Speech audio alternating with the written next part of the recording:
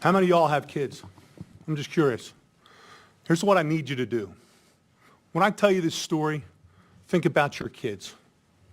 Think about your child coming home from a night out with their friends, laying down, going to sleep, feeling somebody come in the room and wake them and drag her out of bed, naked, forced on her knees with her hands over her head, begging for her life, begging for her hero, her father, me, that couldn't be there.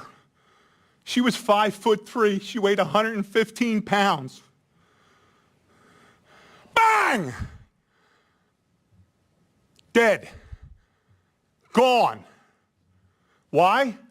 Because Alexander Devontae Dickey, who was arrested 39 goddamn times, 25 felonies, was on the street.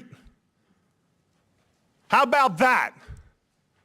How good are we doing for our family? How good are you doing for your kids? He should have been in jail for over 140 years for all the crimes he committed.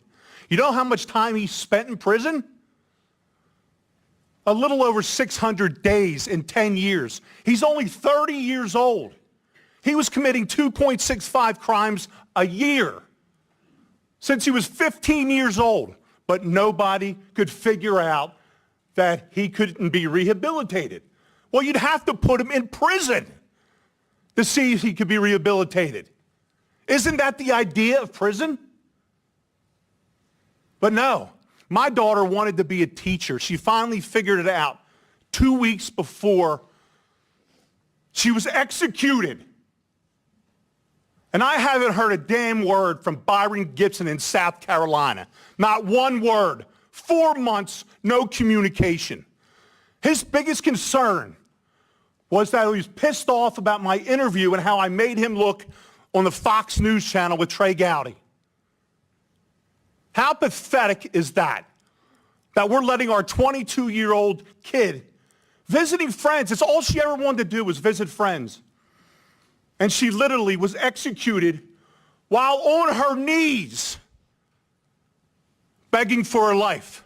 Her name's Logan Federico, not Irina. And you will not forget her. I promise you. You will be sick and tired of my face and my voice until this gets fixed. I will fight until my last breath for my daughter. You need to fight for the rest of our children, the rest of the innocents, and stop protecting the people that keep taking them from us. Please. You have the power. We put you in the power to do what you have to do. We're asking you, we're begging you all to stop this. 39 crimes in 10 years, 25 felonies. Can anybody here explain to me, well, how possibly he could be on the street? Possibly be on the street. How is it possible? I could sit down in a room and I could explain the whole process of how it failed, how South Carolina failed, Logan, okay? How lack of communication.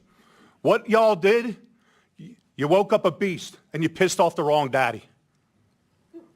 Because I'm going to put it out there. And I'm not going to be quiet until somebody helps.